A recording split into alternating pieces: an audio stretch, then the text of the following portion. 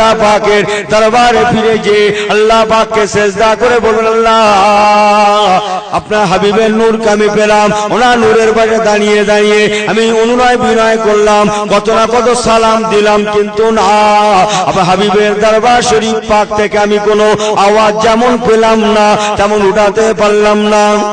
আল্লাহ পাক সব জানেন, তথাপিও জিজ্ঞাসা করে বলবেন, বলো দেখিনি তুমি কি বলে সালাম দিয়েছিলে?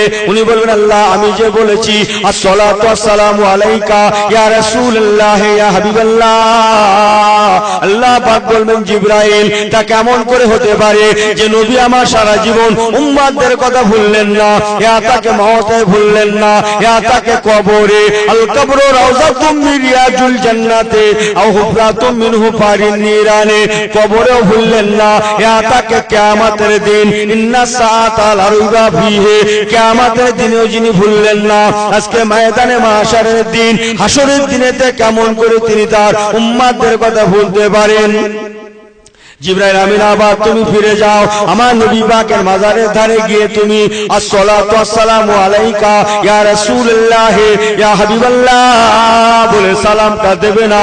এবার যে তুমি বলবে আসসালাতু ওয়াসসালামু আলাইকা ইয়া শাফিয়াল মুজনাবিন ইয়া শাফিয়াল মুজনাবিন আয় উম্মতों के लिए सुपारिश करने वाला आय सुपारिश लाकब पाने वाला আল্লাহ পাক আপনাকে এমনি এমনি উঠতে বলেন না, সুপারিশ করার জন্য দাওয়াত দিয়েছেন, সুপারিশ নিয়ামত দান করেছেন, শাফিয়া ও মুশাফিয়া, আর আপনার সুপারিশকে তিনি কবুল করবেন বলে ওয়াদা করেছেন। হুজুর আপনি চলুন, আমি জিবরাইল আমিন আপনাকে নিয়ে আল্লাহ পর্যন্ত পৌঁছে দেব, আপনি আল্লাহ পাকের দরবারে আপনার গুনাহগার উম্মতদের জন্য সুপারিশ করবেন, আর আপনার সুপারিশকে কবুল করে নিয়ে কাতারে কাতারে কাতারে কাতারে যারা জীবনে জন্মে হাতে মওতে কালমায় লা ইলাহা ইল্লাল্লাহ লা ইলাহা ইল্লাল্লাহ লা ইলাহা ইল্লাল্লাহ মুহাম্মাদুর রাসূলুল্লাহ কলেমা শরীফ পাকটা তেলাওয়াত করেছে, আমার আল্লাহ পাক তাদেরকে আপনার ওসিলাতে maaf করে দেবেন।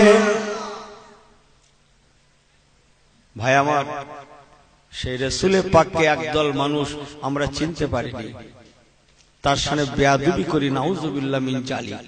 আমার নবী পাককে সবাই চিনেছিল না চেনেন আপনারা বলেন? মা খাদিজাতুল কুবরার মতো মানুষও বলেছেন, আমি নিজে চোখে দেখেছি তোমাদের রাসূল পাক আরবের মাঠে ছাগল মেষ ভেড়া বকরিগুলো খাওয়াতে গেলেন, একদল একখণ্ড মেঘ কোথায় ছিল উড়ে এসে হুজুরের মাথাতে, যা মাথার উপরে যেমন ছায়া প্রদান করতে থাকে, তেমন নাজালা বিহি রুহুল আমিন হযরত জিবরাইল আমিন আল্লাহর আসমান থেকে নিচে নেমে এসে আমার রাসূল পাকের হাত থেকে চতুষ্পদ জন্তু জানোয়ার গুলো নিয়ে আমার নবীর পরিবর্তে আরবের ময়দানে ঘুরে ঘুরে খাওয়াতে লেগেছেন। বলুন না সকলে জোরে সুবহানাল্লাহ। আর হুজুর কয়েকটা দড়ি তাকিয়া বালিশ বানিয়ে মাথায় দিয়ে শুয়ে গেলেন। আরব জমিন বলে কথা, কোথায় ছিল দুটো সাপ সর্প, তারা এসে বিষধর সাপ নিশ্চয়ই হবে, তারা এসে রাসূল পাকের মাথার দুই ধারে তারা তাদের ফনা দিয়ে হেলে দুলে বাতাস করতে লাগে। বলুন না সকলে জোরে সুবহানাল্লাহ। মাঝি বলছেন, আমি হুজুরকে ডেকে পাঠালাম, ক্ষমা চাইলাম। আল্লাহ নবী বললেন, আয়েশা খাদিজা তুমি দেখে ফেলেছো, শোনো আল্লাহ পাক তামাম মখলুককে আমার জন্য তাবে করে দিয়েছেন। আর একবার সকলে জোরে বলেন না সুবহানাল্লাহ। জঙ্গলের কি বলে গর্তের বিষধর সর্প তাকে চিনল, আল্লাহর দিকে তাকিয়ে বলুন। অথচ একদল মানুষ আমরা সেই নবী পাককে শেষ নবী বলে মানি ঠিকই, কিন্তু নূরুন নবী বলে মেনে নিতে পারিনি, আল্লাহর হাবিব বলে মেনে নিতে পারিনি, তার নামে দরুদ সালাম পড়াটাকে জায়েজ বলে মেনে নিতে পারিনি। কথা ঠিক বলছি না ভুল বলছি? অবশ্যই আমরা ভাগ্যবান, আমরা যারা নবী পাককে ভালোবেসেছি। আমার নবী পাককে ভালোবেসেছেন স্বয়ং আমাদের আল্লাহ। বলুন না সকলে জোরে সুবহানাল্লাহ। তাহলে সমস্ত নবীদের যিনি নবী ইমামুল মুরসালিন, ইমামুল আম্বিয়া, কি তামাম নবীদের নবী নন? ইমামুল মুরসালিন নন? এই মেরাজ শরীফে যাওয়ার পথে রসুল পাক জেরুজালেমের মসজিদ আকসা শরীফে তামাম নবী রসুল পয়গম্বর গুলোকে সঙ্গে করে নিয়ে হুজুর ইমামতি করেছিলেন না করেননি? কথা বলেন আপনারা। ইমামতি করেছিলেন যে ওই নামাজের যিনি মুয়াজ্জিন হয়েছিলেন তিনি কে বলুন দেখিনি? আরে নামাজের জন্য আজান হয় না? আজান যে হয়েছিল, আজানে যিনি মুয়াজ্জিন হয়েছিলেন, আজান দিয়েছিলেন তিনি কে? যে আরে হযরতে বেলাল রাদিয়াল্লাহু তাআলার বাড়ি তো মক্কা শরীফ রে ভাই। আমার ওয়াজটা বুঝতে পারছেন না? আমি ওয়াজটা করছি মক্কা শরীফে। জেরুজালেম গো হাজার হাজার মাইল দূর মক্কা শরীফ থেকে। আন্দাজে জি হুজুর করলে হবে? মক্কা শরীফ থেকে হাজার হাজার মাইল দূর জেরুজালেম মসজিদ আকসা শরীফ, যে মসজিদের সামনে কোরআন পাক আয়াত আছে বিসমিল্লাহির রহমানির রহিম সুবহানাল্লাযী আসরা বিআবদিহি লাইলাম মিনাল মসজিদিল হারাম ইলাল মসজিদিল আকসা। যে মসজিদে এক রাকাত নামাজ পড়লে 25,000 রাকাত নামাজ পড়ার সওয়াব আল্লাহ দান করেন। বলুন না সকলে জোরে সুবহানাল্লাহ। যে ওই জামাতের ওই নামাজের যিনি মুয়াজ্জিন হয়েছিলেন আর নামাজের জন্য যিনি আজান দিয়েছিলেন তিনি হচ্ছেন হযরতে জিবরাইল আমিন আলাইহিস সালাতু ওয়াস সালাম। হাদিস পাকে নবী পাক ইরশাদ করেছেন ফাজানা জিবরাইল আলাইহিস সালাতু ওয়াস সালাম মেরাজের পথে জেরুজালেমের মসজিদ আকসা শরীফে ফাজানা জিবরাইল, হযরত জিবরাইল আমিন আজান দিলেন। ওয়ানাযালাতিল মালাইকাতু মিনাস সামায়ে, ওই আযান শুনে আল্লাহর আসমান থেকে লক্ষ লক্ষ লক্ষ লক্ষ নবী রাসূল গণেরা যেমন এসেছিলেন তেমন কোটি কোটি কোটি কোটি আল্লাহ পাকের ফেরেশতারা এসেছিলেন। ফাসাল্লান নবী সাল্লাল্লাহু আলাইহি ওয়াসাল্লাম, আমার নবী পাক ইমামতি শুরু করে দিলেন বিল মালাইকাতুল মুরসালিন। পিছনে तमाम নবী রাসূল পয়গম্বর এবং লক্ষ লক্ষ নয় কোটি কোটি ফেরেশতা দিগকে সঙ্গে করে নিয়ে আমার নবী পাক নামাজ পড়াতে লাগলেন। ইমাম হলেন আমাদের নবী নূর নবী বাবা মুহাম্মদ রাসূলুল্লাহ, আর মুসল্লি হলেন হযরত আব্বা জানাত আলাইহিস সালাতু ওয়াস সালাম থেকে নিয়ে হযরত ঈসা রুহুল্লাহ পর্যন্ত তামাম নবী রাসূল পয়গম্বর গণেরা কুল্লুম মিনাস সালিহিন, যারা সবাই ছিলেন নেককার, তামাম নবী আলাইহিস সালাম গণেরা আমার নবী পাকের পিছনে ইক্তেদা করেছিলেন। এক সময় নামাজটা শেষ হয়ে গেল। হযরত নবী মুসা কালিমুল্লাহ ওয়া কাল্লামাল্লাহু মুসা তাকলিমা, যে নবী মুসা আল্লাহ পাকের সঙ্গে কথোপকথন করতেন, ওই নবী মুসা কালিমুল্লাহ হুজুর আমার ভাষণ দেওয়া শুরু করলেন, ওয়াজ নসিহত করতে লাগলেন। এক সময় হযরত নবী মুসা আমার নবী পাককে লক্ষ্য করে তামাম নবী রাসূল পয়গম্বরগণ তথা ফেরেশতা দিগকে মুখাতাব করে লক্ষ্য করে বলেছিলেন বিহাযা আফযালুকুম মুহাম্মদ সাল্লাল্লাহু আলাইহি ওয়াসাল্লাম। ওগো নবী আলাইহিস সালাম গণেরা, ওগো পয়গম্বর গণেরা, ওগো আল্লাহ পাকের প্যারা বান্দা গণেরা, ওগো আল্লাহ পাকের ফেরেশতা গণেরা, আজকে আমরা এখানে যত মানুষ আছি লক্ষ লক্ষ কোটি কোটি মানুষ এবং ফেরেশতাদের মধ্যে সবার থেকে উত্তম যিনি হচ্ছেন তিনি হচ্ছেন বিহাযা আফযালুকুম মুহাম্মদ, আমাদের ইমাম নবী মুহাম্মদুর রাসূলুল্লাহ। একটু জোরে বলেন সুবহানাল্লাহ।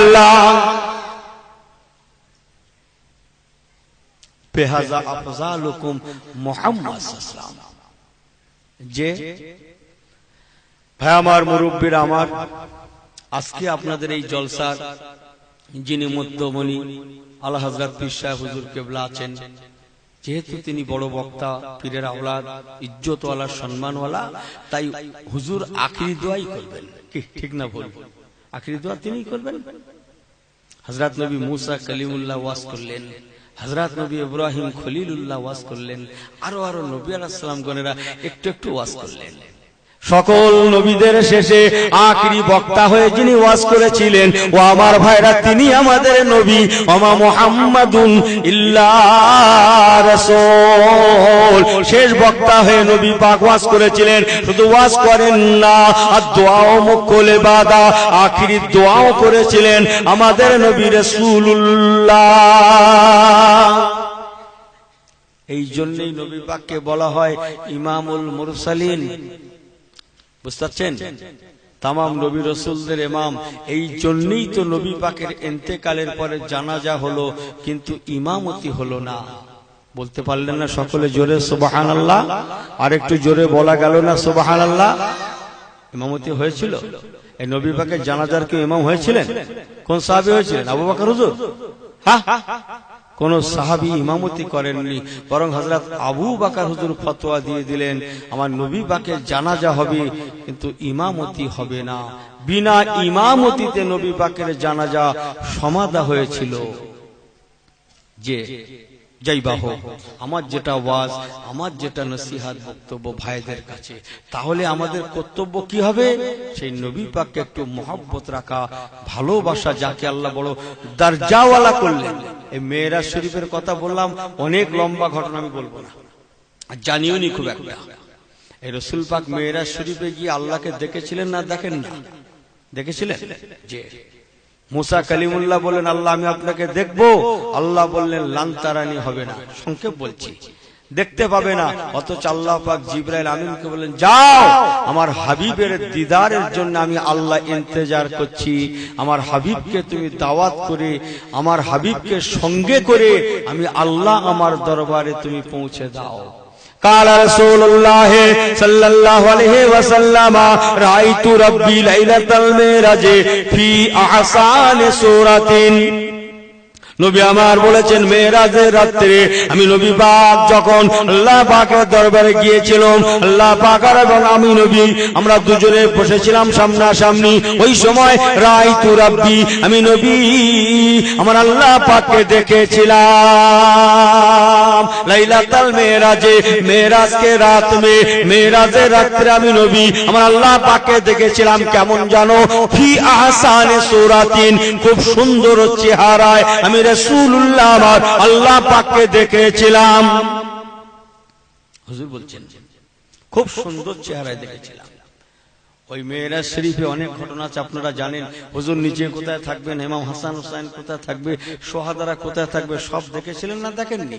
সব দেখেছিলেন। একটা লাল রঙের জান্নাত আর একটা সবুজ রঙের জান্নাত দেখলেন। জিবরাইল আমিনকে বললেন ভাই জিবরাইল আমিন বড় সুন্দর দেখাচ্ছে তো, এত সুন্দর জান্নাত, আল্লাহ এই জান্নাত দুটোতে কারা যাবে একবার শোনান না আমাকে। কেন হুজুর? বলে জানটা আমার খুশ হয়ে যাচ্ছে, এই জান্নাত দুটো এত সুন্দর, এত সুন্দর যে কত সুন্দর আমি নবী বলবো আমার ভাষা হচ্ছে না। এত সুন্দর হতে পারে, এত সুন্দর সাজানো হতে পারে, ইয়া আল্লাহ এর থেকে তো সুন্দর আর হতে পারে না। ভাই জিবরাইল আমিন এই জান্নাত দুটো আল্লাহ কাদের জন্য বানিয়েছেন একবার বলবেন? হযরত জিবরাইল আমিন ঝরঝর করে কেঁদে ফেললেন, ইয়া রাসূলুল্লাহ, ইয়া হাবিবাল্লাহ, আপনি কি আপনার ফাতেমার লাল, সৈয়দা কে লাল, সৈয়দা কে বেটে ইমাম হাসান ইমাম হুসাইন রাদিয়াল্লাহু তাআলা আনহুমা ওনাদের কথাকে ভুলে গিয়েছেন? ইয়া রাসূলুল্লাহ, আপনি আপনার উম্মতিদের জন্য যে তারিখে আপনার আহলিয়া হযরত আয়েশা সিদ্দিকার হুজরা শরীফ থেকে উঠে মদিনাতুল মুনওয়ারার মসজিদে না গিয়ে মদিনা শরীফ থেকে কয়েক কিলোমিটার দূরে একটা জমাট খোরমা বাগানে গিয়ে হুজুর গো আপনি উম্মতিদের জন্য সালাসা ইয়াউম ওয়া লায়ালিন, 3 দিন 3 রাত একাদিক্রমে কেঁদেছিলেন। হুজুর আপনি কি সেই দিনকার কথা ভুলে গিয়েছেন? ইয়া রাসূলুল্লাহ, হাবিবাল্লাহ, আপনার বর্তমানের জন্য মদিনার জমিনে সেই দিন মানুষের শুধু কান্না আর কান্না, কি বাচ্চা, কি বৃদ্ধ, কি বেটা ছেলে, কি মেয়ে ছেলে, মদিনার জমিন থেকে হাসি কারে বলে, আনন্দ কারে বলে, খুশি কাকে বলে, মানুষটা ভুলে গিয়েছিল। মানুষ শুধু কান্নার কান্নায় সালাসা ইয়াউম ওয়া লায়ালিন 3 দিন 3 রাত কাটিয়েছিল। বারেবার আপনার আহলিয়া আয়েশা বেহুশ হয়ে গিয়েছিলেন, আপনার হযরত আবু বকর, হযরত উসমান, হযরত আলী সবাই আপনার জন্য কেঁদে কেঁদে জারেজার হয়েছিল। আর আপনার পিছনে আপনার সাহাবী হযরত ওমর ফারুক আর হযরত বেলাল, এই দুজনা সাহাবী এসে 3 দিন 3 রাত ধরে আপনার কাছে অনুনয় বিনয় করেছিল, তথাপি আপনি উম্মতিদের জন্য মাথা খানা উঠান না। আপনার কলিজার টুকরা হযরত ফাতেমা রাদিয়াল্লাহু তাআলা আনহা ওই জমাট খোরমা বাগান খবর পেয়ে আপনার কদমের কাছে এসে ঝরঝর করে কাঁদতে কাঁদতে বলেছিলেন, আব্বা আব্বা জান, আপনি মাথা তুলুন আর কাঁদবেন না।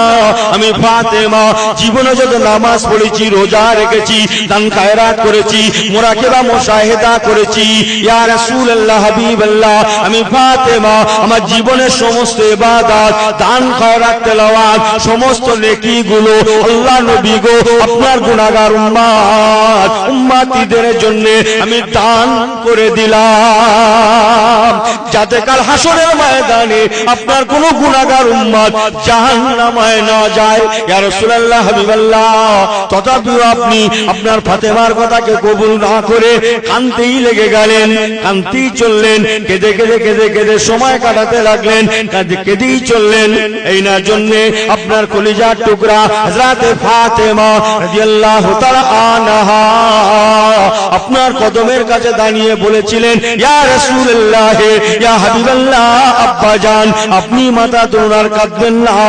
আমি ফাতেমা আমার হাসান এবং হোসাইন, যাদের আপনি বড় ভালোবেসেছেন, আক্কানিল হাসান আর হোসাইনে কাবশাইনে কাবশাইনে, যাদের জন্য আপনি দুটো দুটো করে জন্তু আকিকা দিয়েছেন, ইয়া রাসূলুল্লাহ হাবিবাল্লাহ, আপনার সেই দাদু ভাইরা, নাতি ভাইরা, ইমাম হাসান ইমাম হোসাইন, আমি মা জননী ফাতেমা আল্লাহ পাকের কাছে দোয়া চাই, আল্লাহ পাক জানো আমি ফাতেমার দোয়াকে কবুল করে নেন। আমার বাচ্চা দুটো জানো কাল হাসরের ময়দানে আব্বা জানগো আপনার গুনাহগার উম্মতে মুহাম্মাদীদের জন্য ওরা শহীদ হয়ে যায় দুনিয়ায়, আর ওদের শাহাদাতের খুনের বিনিময়ে, রক্তের বিনিময়ে জানো কাল হাসরে আপনার উম্মতিরা কাতারে কাতারে কাতারে কাতারে জান্নাতি হয়ে যায়। ইয়া রাসূলুল্লাহ, আমি আব্বা জান আপনাকে বলেছি, আপনার ফাতেমা আপনাকে বলেছিলেন, হুজুর আপনি মাথা তুলুন আর কাঁদবেন না, আমার হাসান আমার হোসাইন যেন শহীদ হয়ে যায়, ওদের শাহাদাতের বিনিময়ে যেন আপনার গুনাহগার উম্মতেরা জান্নাতি হয়ে যায়। হুজুর আপনি থাকতে পারলেন না, সালাসা ইয়াউমি ওয়া লায়ালিন, 3 দিন 3 রাত পরে মাথা উঁচু করে বলেছিলেন, ফাতেমা হায় হায় কি সর্বনাশ করলে, তুমি এমন করে কেন তোমার বাচ্চা দুটোর জন্য দোয়া চাইলে, তোমার বাচ্চা দুটো আল্লাহ পাক তোমার দোয়াকে কবুল করে নিয়েছে, একদিন না একদিন ওরা শহীদ হয়ে যাবে, আর ওদের শাহাদাতের জন্য উম্মতে মুহাম্মাদীরা কাতারে কাতারে জান্নাতি হয়ে যাবে। একবার কি জোরে বলা যাবে না সুবহানাল্লাহ? জিবরাইল আমিন মেরাজের রাত্রে নবী পাককে শোনাতে লাগলেন, হুজুর গো আপনার বড় দাদু ভাই ইমাম হাসান উনি বিষ পান করে শহীদ হবেন, শাহাদাতের সময় ওনার চেহারাখানা শরীর মোবারকখানা সবুজ বর্ণ হয়ে যাবে, এই জন্য সবুজ রঙের জান্নাতটা আপনার বড় দাদু ভাই ইমাম হাসানের জন্য আল্লাহ করে রেখেছেন। আর আপনার ছোট দাদু ভাই ইমাম হোসাইন রাদিয়াল্লাহু তাআলা আনহু উনি কারবালার ময়দানে শহীদ হয়ে যাবেন, শাহাদাতের সময় চেহারা খানা লালে লাল হয়ে যাবে, এই জন্য লাল রঙের জান্নাতটা আপনার হোসাইনের জন্য আল্লাহ পাক করে রেখেছেন। রাসূল পাক মেরাজের রাত্রে সমস্ত কিছু দেখলেন। ভাই আমার, বাবাজিরা আমার, আমি মেরাজের ওয়াজ করতে আসিনি আপনাদের কাছে, আমার বলা বক্তব্য রাসূল পাকের দরজা, রতবা, মর্তবা, নবী পাক নিজে কোন জান্নাতে থাকবেন সেটাও দেখলেন। বলুন না সকলে জোরে সুবহানাল্লাহ। শহাদারা কোথায় থাকবে, আলেমে হাক্কানীরা কোথায় থাকবে, সমস্ত জান্নাতকে দেখলেন। রাসূল পাক 27 বছর মেরাজে কাটালেন, 70,000 ইখতিলাফে 90,000 কথাবার্তা আল্লাহ পাকের সঙ্গে করলেন। উম্মতে মুহাম্মাদীদের তরফ থেকে সালামটা পৌঁছে দিলেন, দোয়া চেয়ে নিলেন, গুনাহটা মাফিও চেয়ে নিলেন। বলুন না আরেকটু জোরে সুবহানাল্লাহ। হুজুর আমার মেরাজ শরীফ থেকে ফিরে এসে বলেছেন, আমি যাওয়ার আগে যেখানে শুয়েছিলাম আমার আহালিয়া উম্মে হানি বিনতে আবি তলেবের কলিজার টুকরা উম্মে হানি, উনি আমার আহালিয়া, ওনার হুজরা শরীফে আমি ছিলাম। যাওয়ার আগে আমি শুয়ে থাকার জন্য জায়গাটা গরম হয়েছিল। দীর্ঘ 27 বছর পরে মেরাজ শরীফ থেকে ফিরে এসে সেই বিছানায় যখন আবার পৌঁছালাম, তখনও পর্যন্ত সেই গরম গরম ভাবটা আমি অনুভব করেছিলাম। বলুন না সকলে জোরে সুবহানাল্লাহ। তখনও পর্যন্ত জায়গাটা ঠান্ডায় পরিণত হয়নি। আমার ওয়াজটা কেন? ও আমার ভাইরা মুরব্বীরা, আমার রাসূল পাক সাল্লাল্লাহু আলাইহি সাল্লাম আল্লাহ পাক নিজে দাওয়াত করলেন, ইমামুল মুরসালিন করলেন, तमाम নবী রাসূল পয়গম্বর দিগের জন্য ইমাম বানালেন।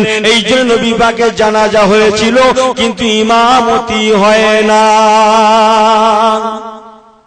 ও ভাইরা মুরব্বীরা, তাহলে দিনের আলোর মতো পরিষ্কার সব থেকে বড় দরজাওয়ালা নবী যিনি, তিনি আমাদের নবী।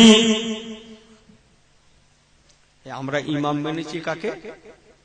ইমামে আজম আবু হানিফা রাহমাতুল্লাহ আলাইহি, তাই না?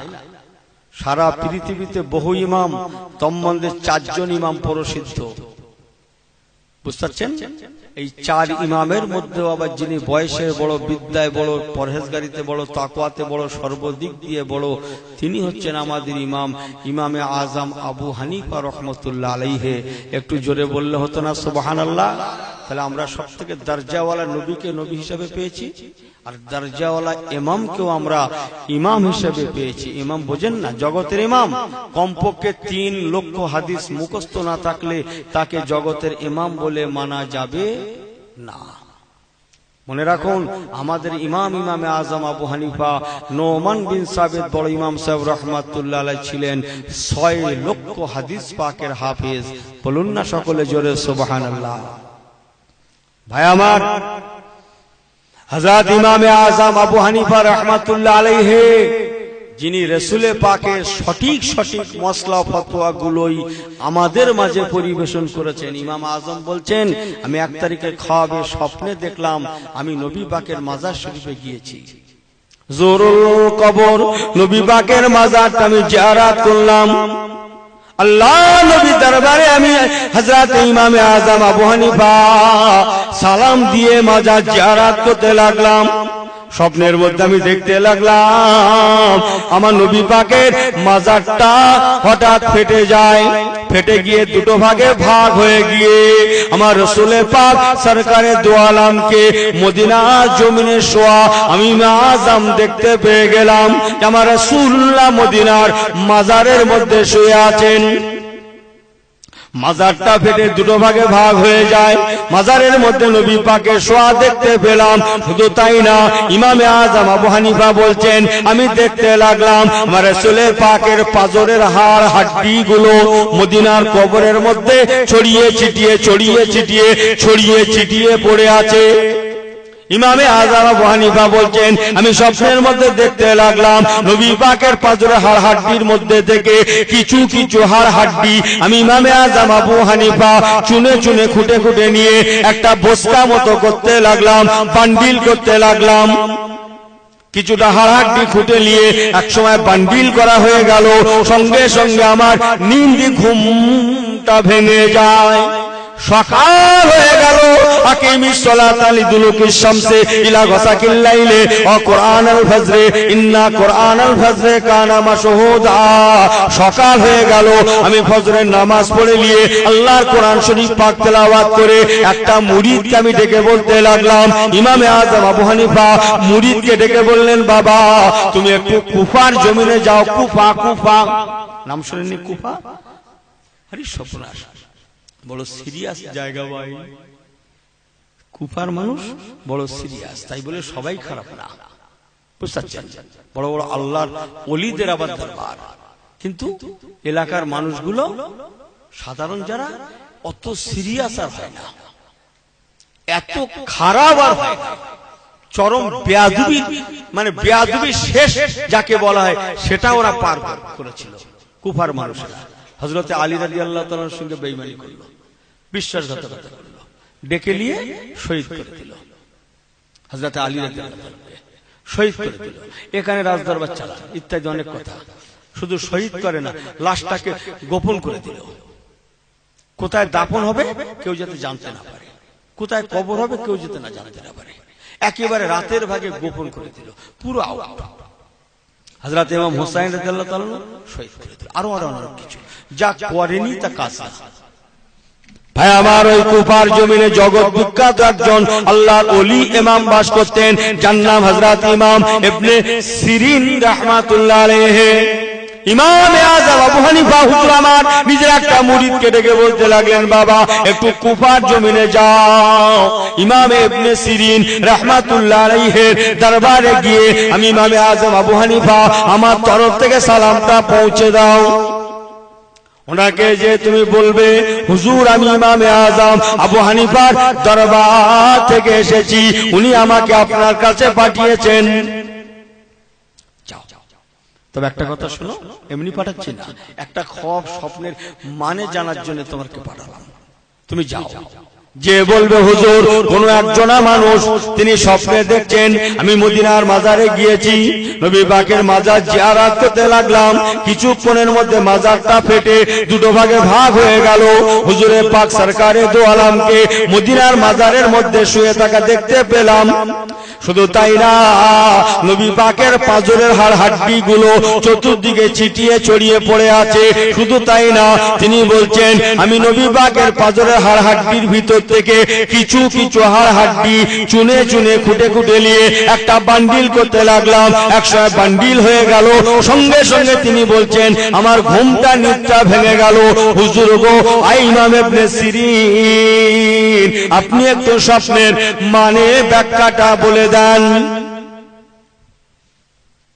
কে কার কাছে পাঠাচ্ছে বললাম? অনেক ভাইয়ের তো ওয়াজ শুনতে শুনতে চলে গেল, তো সব জানা হয়ে গেছে তো নাকি? হ্যাঁ, কথা বুঝতে পারছেন না কি বলছি? জানা না হলে চলে যাবে। ইমামে আযম আবু হানিফা রাহমাতুল্লাহ আলাইহি পাঠাচ্ছেন কার কাছে বললাম? ইমাম ইবনে সিরিনের কাছে, কুফাতে। যাও তো এর তাবিরটা জেনে আসো তো। এই যিনি পাঠাচ্ছেন তার দরজা কি বললাম? 6 লক্ষ হাদিস পাকের হাফেজ। বলুন না সকলে জোরে সুবহানাল্লাহ। কোরআন পাকের হাফেজ, সমগ্র বিশ্বের বড় ইমাম যিনি, নবী পাক সরকারের দো আলম যাকে দোলনার বয়সে দোলন দিতেন, যে ইমামে আযম আবু হানিফা একাধিক ক্রমে 40টা বছর এশার ওযুতে ফজরের ফরজ নামাজ জামাতের সঙ্গে পড়েছিলেন। একটু জোরে বললে হতো না সুবহানাল্লাহ? এই ঘুমালে ওযু থাকে? আপনারা আমার দিকে ফেরেন, ঘুমালে ওযু থাকে? হ্যাঁ, মসজিদে শুক্রবার দিন ইমাম সাহেব খুতবা দেয়, অনেকে ঘুমিয়ে পড়ে না? পড়ে না? আপনাদের দিকের মানুষ মাশাআল্লাহ ঘুমায় না, যত ঘুমায় আমার দেগঙ্গার দিকে ভাই, বুঝলেন না? সে কথা বলতে ঘুমাচ্ছে তা কি, অনেকে দেয়াল হেলান দিয়ে ঘুমাতে ঘুমাতে কাত হয়ে পড়ে গেল। খুতবা শেষ, মুয়াজ্জিন সাহেব তাকবীর দিল, ইমাম সাহেব দাঁড়িয়ে গেল, আর এই মুসল্লি খুব একার কায়দা করে টুপিতে ফুঁকটু দিয়ে, কায়দা করে ফুঁটু দিয়ে মাথায় দিয়ে ইক্তেদাত বিহাজাল ইমাম আল্লাহু আকবার, ইমামের পিছনে দাঁড়িয়ে জুম্মার নামাজ পড়ল। ইমাম মোনাজাত করতে লাগলো, আর এই কেঁদে জারজার হচ্ছে। ও কি না করছে, মনে হচ্ছে যেন এখানেও জান্নাতকে টেনে এনেছে। লোক, আশেপাশের লোক তো ওর দিকে ফিরে ফিরে তাকাচ্ছে, ফোঁপাচ্ছে, পানি গড়িয়ে যাচ্ছে। কি এই শোনেন, নামাজ হয়েছে? হ্যাঁ, নামাজ হয়েছে। দুনিয়ায় যত মুফতি সাহেব আছে ফতোয়া নেন, বিনা ওযুতে নামাজ পড়লে ঈমান থাকবে? এই ঈমান থাকবে? কথা বলেন না কেন আপনারা? ঈমান সালবা হয়ে যাবে না? যাবে না? কোন মুসলমান যখন বেঈমান হয় শুধু কলেমা পড়লে কাজ হবে? শুধু আশহাদু আল্লা ইল্লাল্লাহ পড়লে কাজ হবে? বলতে পারো কোন মুফতি সাহেব? সাধারণ মানুষ যখন কি বলে গায়ের কম যখন মুসলমান হওয়ার প্রয়োজন হবে, কেবল কলেমা শরীফ পড়বে, আশহাদু আল্লা ইল্লাল্লাহ, দ্বিতীয় কলেমা শরীফ পড়বে, সে মুসলমানের মধ্যে প্রবেশ করে যাবে, সে মুসলমান হয়ে যাবে। কিন্তু কোন মুসলমান যখন তার ঈমানটা সালব হয়ে যাবে, শুধু কলেমা কালেমা শাহাদাত, প্রথম কালেমা দ্বিতীয় কালেমা পড়লে তাকে মুসলমান বলে মানা যাবে না। যতক্ষণ না পর্যন্ত কলেমা রদ্দে কবর সে না পড়ছে, পঞ্চম কলেমা না পড়ছে, সেই লোকটা ঈমানদার হতে পারবে না। এটাই তো মাসলা। এখন ইনি ইমামের পিছনে কেঁদে জারেজার হচ্ছে, কিন্তু কম বক্তা জানে না ওর ঈমানটাই সালব হয়ে গেছে। এই কথা বুঝতে পারছেন? কাত হয়ে যদি পড়ে যায়, ওযুটা নষ্ট হয়ে যাবে। বিনা ওযু হয়ে গেল, বিনা ওযুতে জুমার নামাজ পড়া চলবে? কোন নামাজ পড়া চলবে? চলবে না। এই জুমার নামাজ তায়াম্মুমের ওযুতে চলে কি? সব তো অনেক ভাইরা চলে গেলেন, তো বিরাট আল্লাহ দেন, আমাকে ভুল বোঝেন না কিন্তু আদব আছে একটা সব জিনিসের। হ্যাঁ, কথা বুঝতে পারছেন? জুমার নামাজ তায়াম্মুমের ওযুতে চলবে? একটু কথা বলেন। যার জন্য তায়াম্মুমের ফতোয়া আছে, ডাক্তার বলে দিয়েছে পানি স্পর্শ করবে না, ওর কথা কোনো কথাই না, ও ফতোয়ার মধ্যে না, ওটা হিসাব না, ও তো তায়াম্মুমই করবে। ডাক্তার বলেছে পানি স্পর্শ করলে তোমার রোগ বেড়ে যাবে ইত্যাদি, যে কোনো ডাক্তার বললে হবে? এমবিবিএস ডাক্তার বললে হবে? হবে বলতে পারেন আপনি? এমবিবিএস ও ডাক্তারের কাজ না, কমাস কম তাকে এমডি হতে হবে, এমডি। কথা বুঝতে পারছেন? এমবিবিএস এ বললেও ফতোয়া হবে না, জান মুফতি সাহেবের কাছে ফতোয়া নেন, কমপক্ষে তাকে এমডি ডাক্তার হতে হবে, তাহলে খানিকটা মানা যাবে। এমডির নিচে আর চলবে না, তাকে ডাক্তার বলবেন আপনি? আমাকে ভুল বোঝেন না, অমন ডাক্তার যদি বলে পানি স্পর্শ করা যাবে না, তাহলে আপনি করতে পারবেন না। মোড়ের মাথায় একটা ডাক্তার আছে, সে বলে দিল তুমি পানি স্পর্শ করবে না, আপনি তেমন করবেন? বাবাজিরা ভুল আমাকে বোঝেন না, জুমার নামাজ তায়াম্মুমের ওযুতে জায়েজ নয়। নামাজ পড়তে গেছিলেন, ঘুমিয়ে পড়েছেন, হতে পারে, মানুষ তো কষ্টের শরীর, এখন অজু করা দরকার, কিন্তু মসজিদ তো সেই গ্রামের শেষ প্রান্তে, এই সর্বনাশ, না আছে টিউবওয়েল সেখানে, না আছে একটা পুকুর যে অজু করা যায়, অজু করে তবে বাড়ির থেকে যেতে হয় সে মসজিদে নামাজ পড়তে গেলি ভাই। এখন এমন সময় খুতবাও শেষ, ইমামের নামাজ পড়া শুরু হবে, মুয়াজ্জিন তাকবীর দিচ্ছে, আর এনার কাছে অজু ভেঙে কি করতে হবে? অজু করতে হবে তো। আর অজু যদি বাড়িতে করতে যায়, সে তো গ্রামের শেষ মাথায় পুকুরটা টিউবওয়েলটা আছে, ওর কি বলে জুমার নামাজটা চলে যাবে, তাহলে কি করবে? তায়াম্মুম করবে তো? বাবাজিরা মনে রাখুন, মাসলার কিতাবে লেখা আছে, জুমা যদি চলেও যায়, তথাপি আপনাকে আমাকে অজুটাই করতে হবে, তায়াম্মুমের অজুতে জুমার নামাজটা চলবে না।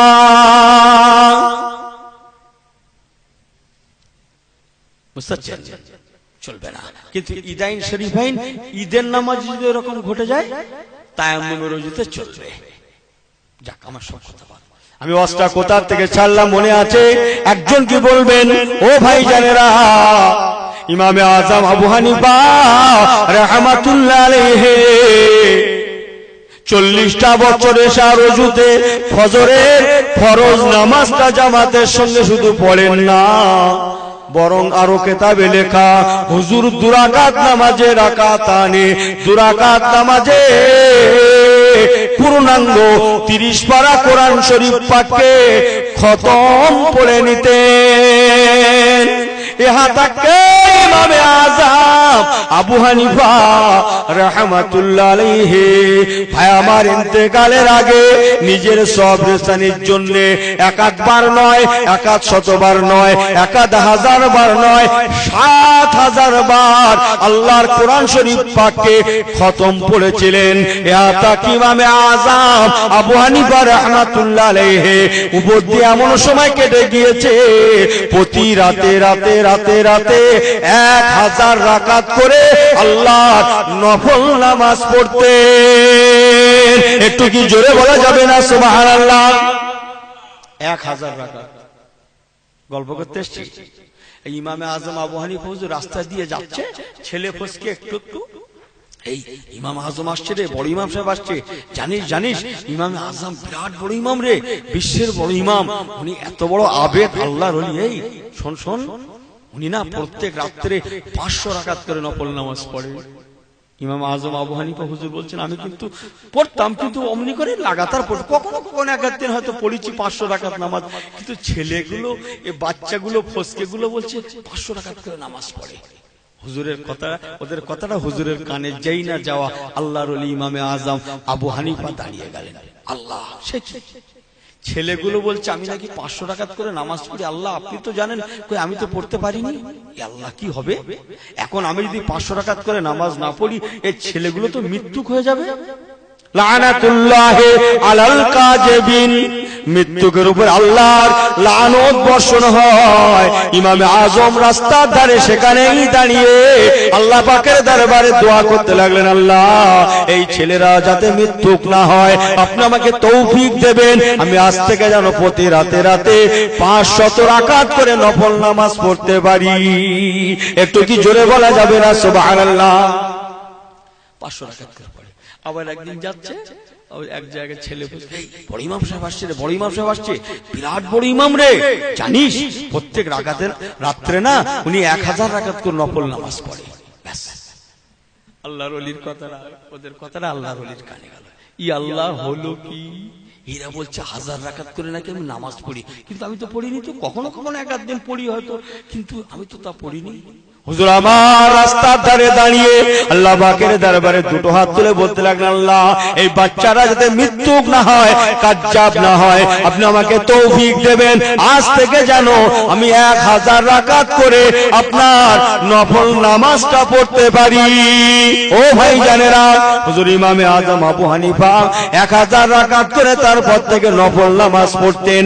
একবার কি জোরে বলা যাবে না সুবহানাল্লাহ?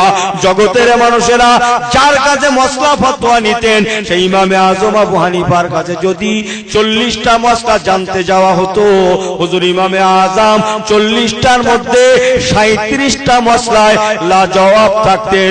বাবা পরে বলে দেব, এখন আমি পারবো না, এখন হবে না, পরে বলবো বাবা।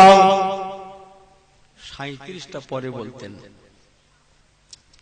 36টা, আল্লাহ মাফ করুন, 36টা পরে বলতেন, 4টে সঙ্গে সঙ্গে বলতেন। বলা যায় না কিতাবে যে কি লেখা আছে, আর আমি কি বলে ফেলবো, সেই মতো লোকটা চলবে, বলা যায় না। যদি ভুল হয়ে যায় আল্লাহর আযাব আমি সহ্য করতে পারবো বাবা, পরে একটু দেখা করে, এক্ষুনি আমি বলতে পারছি না। এই কথা বুঝতে পারছেন? এমনি বড় হয়েছে, ইজ্জত নিজে কোড়ানো যায়, ছোট না হলে বড় হওয়া যায়। প্যারা ভাই, সেই ইমামে আজম আবু হানিফা রাহমাতুল্লাহ আলাইহি কি আপনাদের কাছে বললাম, মুরিদকে পাঠান, বাবা যাও কুফার জমিনে গিয়ে ইমাম ইবনে সিরিনের কাছে আমার স্বপ্নের মানেটা একবার জেনে এসো বাবা। এই নিজে পারতেন না, কথা বুঝতে না? একবার খেয়াল করেছে জগৎবাসী জেনে যাবে আমার এলেমে কম, কথা বুঝছেন? হযরত ইমাম ইবনে সিরিনের কাছে হুজুরের মুরিদটা যে সালাম দিয়ে কথাবার্তা গুলো যাই না বলা, ইমাম ইবনে সিরিন উনি একজন বড় মস্ত বড় ধরনের আল্লাহর ওলি এবং ইমাম, উনি বড় স্বপ্নের মানে বলতে পারতেন। হুজুর ইমাম ইবনে সিরিন রাহমাতুল্লাহ আলাইহি হুজুরের মুরিদের দিকে ইমাম আজমের খলিফার দিকে বারে বার তাকাতে লাগলেন। ও বাবা, একবার বলো দেখিনি কে এই স্বপ্নটা দেখেছে বাবা?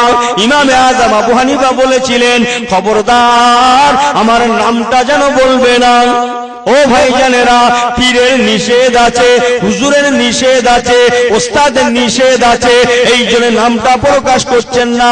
ইমাম ইবনে সিরিন বারে বার বলতে লাগলেন, বাবা একবার বলুন দেখিনি কে এই স্বপ্নটা দেখেছে? হুজুর একজন আল্লাহর বান্দা দেখেছে। ও ভাইরা মুরব্বীরা, ইমাম ইবনে সিরিন কি বলেছিলেন জানেন? বাবা মনে রেখো, একজন অমুকজন তমুকজন বললে কাজ হবে না। এই রকম স্বপ্ন আল্লাহ পাকের দুনিয়াতে দেখার মতো কেউ নাই, তবে একজন ব্যক্তি আছে যিনি ইমামে আজম আবু হানিফা হচ্ছে। আল্লাহ পাকের দুনিয়াতে এইরকম স্বপ্ন খাওয়াব ইমাম আজম ছাড়া দ্বিতীয় দেখার মতো লায়েক কেউ নাই। বাবা একবার সত্য করে বলো, এই স্বপ্নটা ইমামে আজম দেখেছে কিনা? উস্তাদের নিষেধ আছে, কি বলেছে হুজুর? বলে হুজুর এই ব্যাপার। ইমামে আজম মুস্কি হেসে বললেন, যাও আমার সালামটা পৌঁছে দেবে, আর আমার জন্য একটু দোয়া করতে বলবে, আর আমার কথাটা প্রকাশ ঘটাবে। হযরত ইমাম ইবনে সিরিন কি জবাব দিয়েছিলেন জানেন?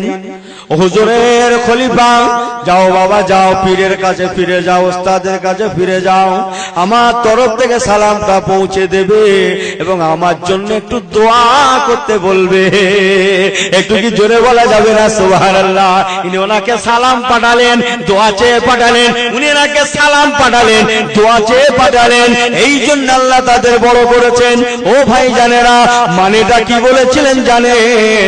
ইমাম ইবনে সিরিন বলেছিলেন, ইমাম আযম আবু হানিফা রাহমাতুল্লাহ আলাইহি, নবী পাকের বহু হাদিস দুনিয়ায় ছড়িয়ে ছিটিয়ে আছে, সম্বন্ধে বহু হাদিস আছে, জয়ীফ হাদিস, কমজোর হাদিস, নবী পাকের বহু জাল হাদিস বেরিয়েছে।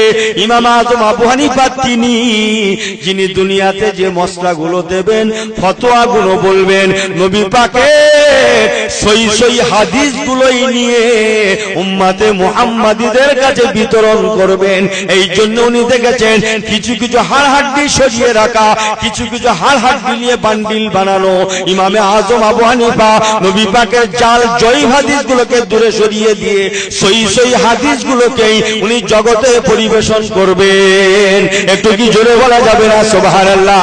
আর পৃথিবীতে যারা ইমামে আযমকে মানবে তারা সহির উপরেই থাকবে, তারা সহির উপরেই দাঁড়িয়ে থাকবে, আর কাল হাসরের ময়দানে তারা কাতারে কাতারে জান্নাতীও হয়ে যাবে যদি তারা মানে। ভাই আমার, নবী পেলুম বড় দরজাওয়ালা, ইমামও পেলুম বড় দরজাওয়ালা, পীর বড় দরজাওয়ালা নয় কি? আমাকে ভুল বোঝেন না কিন্তু, পীরও বড় দরজাওয়ালা পীর কি ঠিক না ভুল বলছি? সব কথা ছেড়ে দিয়ে ফুরফুরা শরীফের দাদা হুজুর কেবলার কথা যদি বলি আপনাদের অসুবিধা আছে? কেউ কেউ একটু একটু ঘুমোচ্ছেন নাকি? একবার তাকবীর দেন তো, নারায়ে তাকবীর। এই দেখেন, এই সবাই মিলে বলেন আল্লাহর রাস্তে, খোদার রাস্তে একটু জোরে বলেন নারায়ে তাকবীর। আর একটু জোরে বলেন না নারায়ে তাকবীর। ছেলেরা জোরে বলে না নারায়ে তাকবীর। একটু জোরে জোরে জোরে লা ইলাহা ইল্লাল্লাহ, লা ইলাহা ইল্লাল্লাহ, লা ইলাহা ইল্লাল্লাহ মুহাম্মাদুর রাসূলুল্লাহ। আল্লাহুম্মা সাল্লি আলা মাওলানা মুহাম্মাদ ওয়া আলা আলি সাইয়্যিদিনা। নবী পেলাম বড় দরজাওয়ালা, ইমাম পেলাম বড় দরজাওয়ালা, পীরও পেয়েছি বড় দরজাওয়ালা পীর। বলুন না সকলে জোরে সুবহানাল্লাহ। মুজাদ্দিদুজ জামান দাদা হুজুর কেবলা রাহমাতুল্লাহ আলাইকে হাজার হাজার আলেমে হাক্কানি আরেফে রব্বানিরা যেমন মেনেছেন, তেমন দুনিয়াতে বেঁচে ছিলেন না এরকম হাজার হাজার নয় লক্ষ লক্ষ আউলিয়া কেরামগণেরা সুফি আব্দুল মোমিন সাহেব রাহমাতুল্লাহ আলাইহির মারফতে ফুরফুরা দাদা হুজুর কেবলার দরবারে সালাম পাঠিয়েছিলেন এবং দোয়া করতে বলেছিলেন। জোরে বললে হতো না সুবহানাল্লাহ? আরে জোরে বলেন না সুবহানাল্লাহ। সুফি আব্দুল মোমিন সাহেব নাম শুনেছেন তো? কোথায় মাজার? হাওড়ার বাকুলে নয়। সুফি আব্দুল মোমিন সাহেব বলেছেন, তাও কেমন ভাবে বলেছেন, কার সঙ্গে বলেছেন জানেন? মেজলা হুজুর কেবলার সঙ্গে বলেছিলেন। মেজু হুজুর কেবলা বলছেন, সুফি আব্দুল মোমিন সাহেব আমার কাঁধে একটা হাত রাখলেন, আমিও ওনার কাঁধে একটা হাত রাখলাম। ঠিক এই পরিবেশে উনি আমাকে বলতে লাগলেন, মেজো ভাই, হাজার হাজার নয় যত মাজার আমি জিয়ারত করেছি 25টা বছর ধরে, আল্লাহর ওলিদের মাজার, নবী আলাইহিস সালামদের মাজার আমি জিয়ারত করেছি, এমন একটা মাজার আমি জিয়ারত করিনি যে মাজার থেকে আমি সালামের জবাব পাইনি, বা সেই মাজারের আল্লাহর ওলিটা আপনার ওলে সাহেব আব্বাজানকে সালাম পাঠাননি। বরং সমস্ত আল্লাহর ওলিরাই আমাকে বলেছেন, বাবা আব্দুল মোমেন, তুমি যখন ফুরফুরা শরীফের জমিনে যাবে, তোমার পীরের দরবারে আমার সালামটা পৌঁছে দেবে এবং আমার জন্য একটু দোয়া করতে বলবে। সবাই বলেন, আর একটু জোরে বলেন, আমার জন্য একটু দোয়া করতে বলবে এবং আমার সালামটা পৌঁছে দেবে। এই হচ্ছে দাদা হুজুর কেবলা রহমতুল্লাহ আলাইহি। তাহলে সব পীরের মাশাআল্লাহ আমরা পীরকেও পেয়েছি বড় দরজাওয়ালা। আমার কথাটা বুঝতে পারছেন আপনারা? এখন এবার বলেন আমাদের কাজটা আমলটা কেমন হওয়া দরকার ছিল? দরজাওয়ালা আমল হওয়ার দরকার ছিল না নাই? তাহলে এখানে যত মানুষ ওয়াজ শুনছি কত লোক 5 ওয়াক্ত নামাজ পড়ি? কতজন মানুষ জুমার নামাজটা কাজা করি না? আমার কথা বুঝতে পারছেন না? কতজন মানুষ দৈনিক আল্লাহকে খুশি করার জন্য 10টা বার সূরা ফাতিহা শরীফ পড়ি, 20টা রাকাত নফল নামাজ পড়ি, 1টা পারা আল্লাহর কোরআন শরীফ তেলাওয়াত করি, 100 বার দরুদ শরীফ পড়ি, 500 বার কলেমা শরীফ পড়ি। ভাই আমার, আমি ইউনুস মলি সাহেব আপনাদের মতো একজন, আমিও পেরে উঠি না। তাহলে আমাদের এখন কর্তব্যটা কি হবে? নবী পাক সরকারের দো আলমকে বড় পেয়েছি, পীরকে বড় পেয়েছি, ইমামকে বড় পেয়েছি, এইটা শুনে মাথায় নিয়ে বাড়ি চলে যাওয়া, না তাদের কাজের অনুসরণ অনুকরণের খানিকটা মানুষ হওয়া? বলুন আপনারা। এই জন্য আল্লাহ কোরআন পাকে ফরমালেন, ইন্নাল্লাহা লা ইউগাইয়িরু মা বিকওমিন হাত্তা ইউগাইয়িরু মা বিআনফুসিহিম। আল্লাহ পাক বলেন, নিশ্চয় আমি কোন কওমকে পরিবর্তন করি না, করব না, হাত্তা যতক্ষণ না ইউগাইয়িরু মা বিআনফুসিহিম, বান্দা নিজে নিজে নিজে নিজে পরিবর্তন না হয়। হাত্তা জোর করে বলে গেলাম, ও আমার ভাইরা মুরব্বীরা, ইমামে আজম আবু হানিফার কথা বলে বলেন, বড় আল্লাহর ওলিদের কথা বলে বলেন, তাকে নবী পাকের কথা বলে বলেন, ওনারা জীবনে যেমন নামাজটা কাজা করলেন না, রোজাটা কাজা করলেন না, হারাম হালাল এক জায়গা করলেন না, পাক না পাক এক জায়গা করলেন না, জায়েজ নাজায়েজ এক জায়গা করলেন না, এতটুকু শরীয়তকে খেলাফ করলেন না। হাত জোড় করে বলে গেলাম, ফিরে আসুন, কাতারে দাঁড়িয়ে যান, তওবা করুন, আমালিয়াতের মানুষ হন, তবে ইনশাআল্লাহ তারা তাদের নেক দোয়া পাবেন। আর যতই মুখে বলি না কেন, কাজের মানুষ যদি হতে না পারি, তাদের কথা যতই মুখে বলি না কেন, কাল হাসরের ময়দানে তাদের সঙ্গে সঙ্গী হওয়া যেমন যাবে না, তেমন আল্লাহ জান্নাতের আশা করাটাও ভুল হবে। যেহেতু নবী আমার বলেছেন, মান তাশাব্বা বিকওমিন ফাহুয়া মিনহু, যে যাকে ভালোবাসবে, যে যার অনুকরণের মানুষ হবে, অনুসরণের মানুষ হবে, আল্লাহ পাক তাকেই জান্নাত দেবেন তার সঙ্গে। ভাই আমার, নবী পাকের সঙ্গে হযরত আবু বকর এমনি জান্নাতে যাবেন না, ওমর, ওসমান, আলী, বেলাল এমনি জান্নাতে যাবেন না। তারা নবী পাকের অনুকরণ অনুসরণের মানুষ হয়েছিলেন বলেই আল্লাহ পাক তাদের ঘরে জান্নাতের কথা বলে দিয়েছেন। একবার কি জোরে বলা যাবে না সুবহানাল্লাহ? অনুকরণের মানুষ ছিলেন। নবী পাক সরকারের দো আলম বললেন, বাবা নামাজটা যেন কাজা করবে না। এতে বসারে আল্লাহর তরফ থেকে জিহাদে বদরের ময়দানে যত সাহাবী ছিলেন সবাইকে জান্নাতি বলে দেয়া হলো। আমার অবস্থা বুঝতে পারছেন? সমস্তকে জান্নাতি বলে দেয়া হলো। নবী পাক বদরের জিহাদ ময়দান থেকে যখন কাফেলা ফিরল, রাসূল পাক তাদের বললেন, বাবা তোমরা সবাই জান্নাতি। অন্যান্যদের বললেন, বাবা এরা সবাই জান্নাতি, কিন্তু হুজুর আপনি জান্নাতি বলছেন? হ্যাঁ বাবা জান্নাতি তো। একজন এসে বলল, হুজুর আপনি জান্নাতি বলবেন না যদি ওনারা নামাজ পড়া ছেড়ে দেয়। তাও তো ঠিক বলেছ, জান্নাতের খোঁজখবরি পেয়ে নামাজ পড়া ছেড়ে দেবে।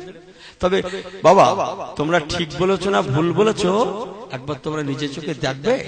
জি হুজুর। বাবারা আমার বেলালকে ডাকো। ও বাবা বেলাল, যথা সময় আজান দেবে বাবা। জি হুজুর। ও বাবা সাহাবীরা, আজকে আমি তোমাদের ঘরে বলে দিলাম, আজানের পরে যে সময়টা জামাতের জন্য ইন্তজার করা হয়, আজকে তা ইন্তজার করা হবে না। আজানের পরে পরেই আমি নবী যেমন মসজিদে পৌঁছে যাব, তোমরাও যাবে বাবা। আজানের পরে পরেই আমি রাসূলুল্লাহ নামাজ পড়ানো শুরু করে দেব, যাতে করে বদরের ময়দান থেকে যারা ফিরেছে, আবু বকর, ওমর, ওসমান, আলী, এনারা যাতে করে এখনো জামাতের সময় বাকি আছে, এই না জন্য মসজিদে গিয়ে আমার পিছনে এরা ইক্তেদাটা করতে না পারে।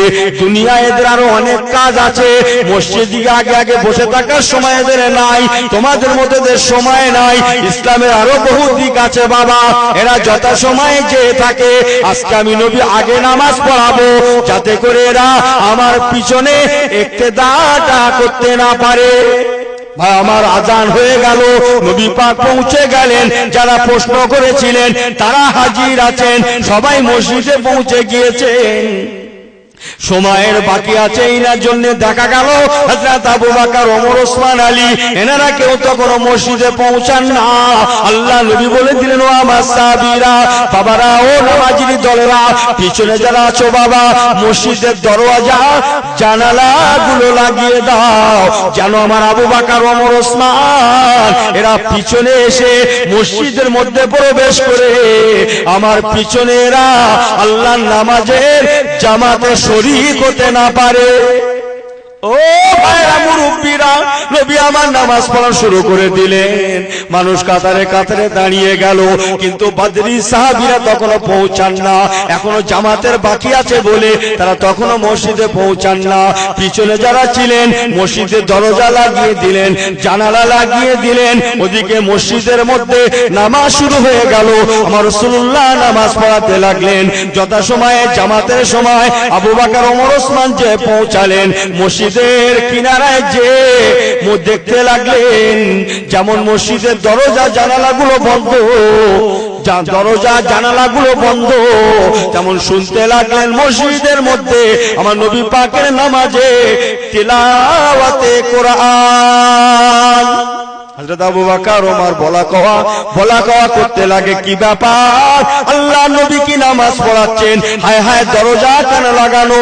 ওই তো নবী আমার নামাজের কিরাত করছেন, ওই তো নবী পাক আল্লাহু আকবার বলছেন, সামি আল্লাহু লিমান হামিদা বলছেন, তাহলে কি জামাত শুরু হয়ে গেল? হায় হায়, আজকে যদি জামাতটা চলে যায়, নামাজটা ছেড়ে যায়, কাল হাসরের ময়দানে শাররুন নাদামাতে ইয়াউমাল কিয়ামা আল্লাহ পাক আমাদেরকে ডেকে বলেন, ওরে আবু বকর, ওরে ওমর, কি ব্যাপার, কেমন করে তোমাদের নবী হায়াতে থাকা অবস্থায়, ইমামতি করা অবস্থায় আমার নামাজটা ছেড়ে গেল? আমরা আবু বকর, ওমর, ওসমান, আলী জাহান্নামী হয়ে যাব। আল্লাহর দরবারে আমরা মুখ দেখাতে পারবো না, হতে পারে না। নামাজটা যাতে চলে না যায়, জামাতটা যাতে ছেড়ে না যায়, মসজিদের দরজাকে খোলার জন্য হযরত আবু বকর সিদ্দিক যারপন্না চেষ্টা করতে লাগলেন, কিন্তু না, দরজা খুলতে পারলেন না। হযরত ওমর ওই সময় যাতে করে মসজিদের মধ্যে গিয়ে হুজুরের পিছনে ইক্তেদা করা যায়, এই না জন্য দরজাতে লাথি মেরে মেরে মসজিদের দরজাকে ভেঙে ফেলে দিয়ে নবী পাকের পিছনে আকিমিস সালাতা লিযিকরি ইন্নাস সালাতা তানহা আনিল ফাহশাই ওয়াল মুনকার। আল্লাহর নামাজে রাসূল পাকের পিছনে হযরত আবু বকর, ওমর, ওসমান, আলী আরো সাহাবীরা গিয়ে ইক্তেদা করেছিলেন। একটু কি জোরে বলা যাবে না সুবহানাল্লাহ? এক সময় নবী আমার নামাজ থেকে ফারাগাত হলেন, ওয়াকালা রাব্বুকুম উদুনি আস্তাজিব লাকুম, হুজুর আমার ছোট্ট করে দোয়া করে দিয়ে মুস্কি মুস্কি হাসতে লাগলেন। অন্যান্য সাহাবীরা যারা বলেছিলেন, ইয়া রাসূলুল্লাহ, ইয়া হাবিবাল্লাহ, হুজুর আপনি অমন করে বলবেন না, ওনারা নামাজ পড়া ছেড়ে দেবে। ওই সাহাবীগুলোকে আর মসজিদে কি বলে বসে থাকতে দেখা গেল না। উঠে গিয়ে নবী পাকের কদম দোকানা জড়িয়ে ঝরঝর করে কাঁদতে লাগলেন, ইয়া রাসূলুল্লাহ, ইয়া হাবিবাল্লাহ, হুজুর মাফ করবেন, বেয়াদবি ক্ষমা করবেন। আমরা সচক্ষে দেখে নিলাম জান্নাতি কাদের বলে। আল্লাহ পাক এই জন্যই এনাদের জান্নাতি বলেছিলেন। এনারা জীবন চলে যাবে, আল্লাহ শরীয়ত তেলাওয়াত করতে পারবে না। হুজুরকে আমরা সচক্ষে দেখে নিলাম আল্লাহ জান্নাতি আলামত কাকে বলে। একবার কি জোরে বলা যাবে না সুবহানাল্লাহ? মিলান আমার ভাইরা, আপনাদের অসুবিধা হচ্ছে? আমি কি শেষ করে দেব? একটু তাকবীর দেন তো সবাই মিলে, নারে তাকবীর। সবাই মিলে বলেন নারে তাকবীর, আর একটু জোরে বলেন নারে তাকবীর। ভাই আমার অনুরোধ আপনাদের কাছে, করজোড়ে নিবেদন, আপনারা মেদিনীপুরের মানুষ, পীরানের তরিকাতদের ঘরে ভালোবাসেন। আপনাদের জেলাটা আল্লাহর ওলির নামের সঙ্গে একটা সুসম্পর্ক জড়িয়ে আছে।